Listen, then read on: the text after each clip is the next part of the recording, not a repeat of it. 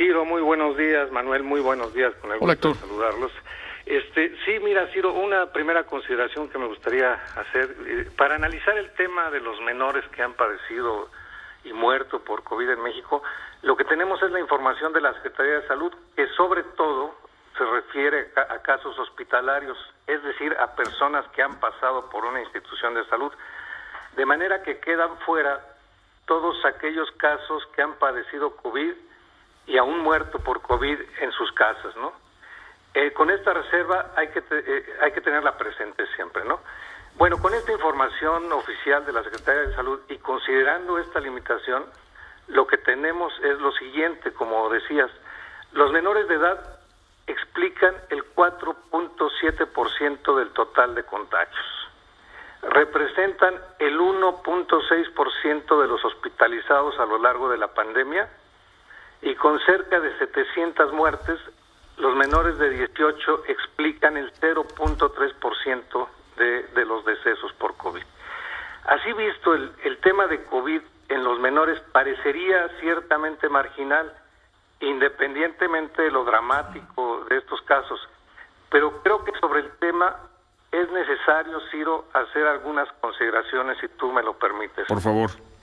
Por un lado, es un hecho que la edad de las personas es un factor con mucho peso en los riesgos asociados al COVID.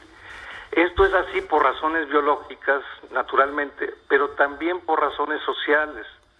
Los menores, además de ser más resistentes al virus, se han mantenido aislados del contacto social, o al menos teóricamente aislados del contacto social.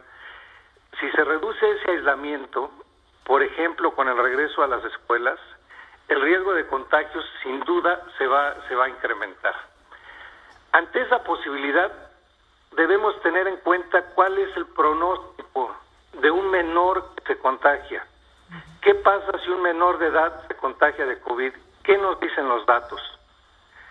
Si los menores de 18 contraen COVID, el 5% requerirá hospitalización, fíjate. Pero hay diferencias entre niños y adolescentes. Entre los menores de 10 años, el riesgo de hospitalización se incrementa al 10%. En otras palabras, si hay 1,000 contagios, 100 personas menores de 18 requerirán hospitalización. Esto no es un asunto menor, considerando nuestra capacidad hospitalaria. Ciertamente, el riesgo de un COVID grave es más alto en la niñez que en la adolescencia y equivale a la mitad del riesgo entre adultos. El mayor riesgo entre los menores de 10 también se aprecia en lo siguiente. De las 690 muertes hospitalarias por COVID en menores de edad, el 64% corresponde a los niños más pequeños, a los de menos de 10 años. Mira, otro riesgo muy importante a considerar es el siguiente. Si un menor de edad ingresa a un hospital por COVID, tiene un riesgo de morir de 10%. Mueren 10 de cada 100 menores hospitalizados. En el Instituto Mexicano del Seguro Social, donde se atiende a la gran mayoría de las personas, el riesgo de que el menor muera se incrementa al 14% si ya está hospitalizado. Otro aspecto a tener presente es la situación que se vive en el momento actual, Ciro. Entre los menores de 18, en el último mes se ha disparado el número de casos que requieren hospitalización.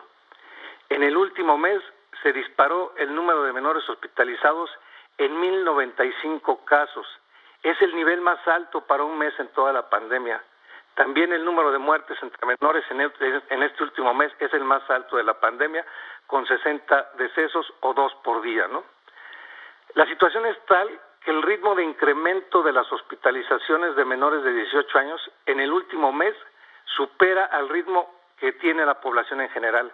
El incremento de la población en general fue en el último mes del 8.8% y el de los menores de 18 fue en 17% en un mes. Finalmente diría que decir que los menores solo son el 1% de los hospitalizados, como dijo el doctor López-Gatell, sí, es una generalidad que no atiende a consideraciones como las señaladas.